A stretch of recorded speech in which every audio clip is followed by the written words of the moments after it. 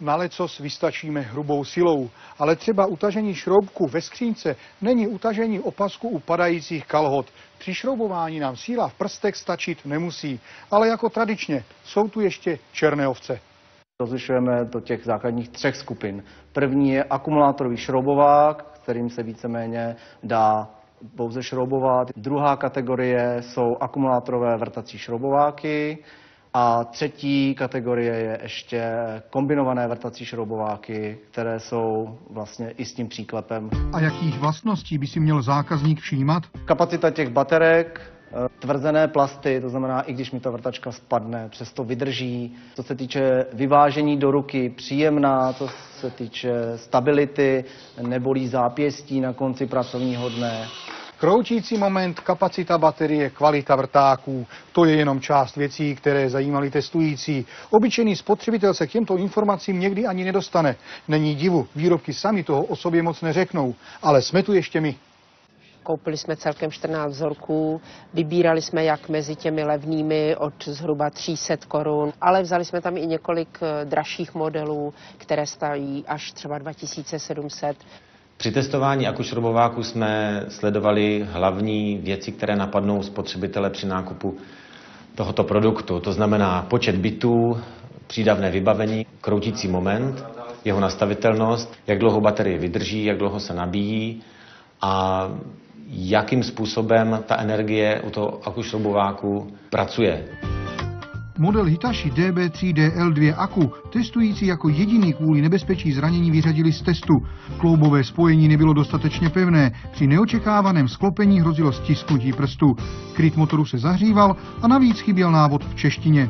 Přístroj Sharks SH nemá kloub, není tedy možné ho nastavit do rovné polohy. Nelze jej zajistit proti samovolnému spuštění. Součástí výbavy byly bohužel křivé vrtáky. Kapacita akumulátorů se používáním výrazně snížila. Podle hodnotitelů je tento výrobek vhodný pro modeláře. Je malý, lehký a pohotový.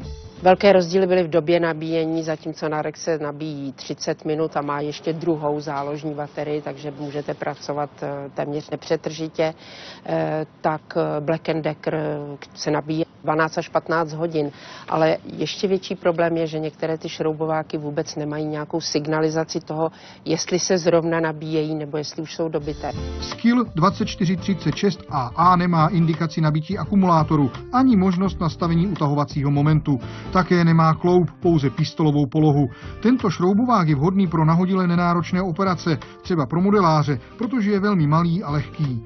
Další výhrada byla třeba k tomu, že některé šroubováky mají osvícení toho pracovního místa, kde šroubujete, což je velmi dobrá věc, ale ne všechny svítí tam, kam potřebujete. Některé měly ten světelný kužel šel mimo. Šroubovák Fieldman FSD 1001A má nepraktickou šíři hlavice a omezené množství bitů. Světlo svítilo mimo dosah šroubování. Chyběla indikace nabití akumulátoru. Návod k použití i značení výrobku byly nedostatečné.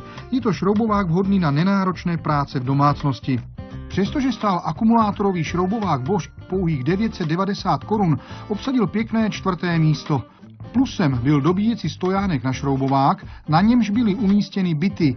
Nevýhodou může být to, že přístroj nelze nastavit do vodorovné polohy a světlo nesvítí přímo na oblast šroubování.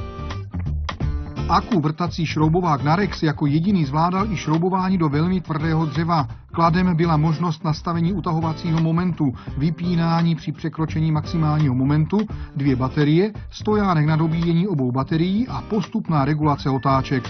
Výhodou je také rychlé nabíjení, baterie se dobila za půl hodiny. Podle testujících je tento výrobek vhodný i pro profesionální použití. Je výkonný, praktický a má výbornou ergonomii.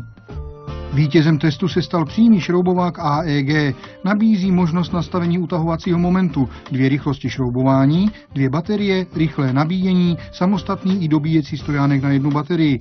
Dále automatický zámek z klíčidla a rychlé a pohotové přepínání směru šroubování. Škoda jen, že nemá žádné příslušenství. Testující konstatovali, že jde o skvělý výrobek, prokutili do domácí dílny s větším pravidelným provozem.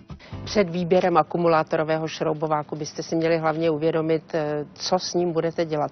Jestli s ním chcete jenom šroubovat, nebo také částečně vrtat. Musíte vědět, jestli chcete nějaký menší model nebo větší, výkonnější.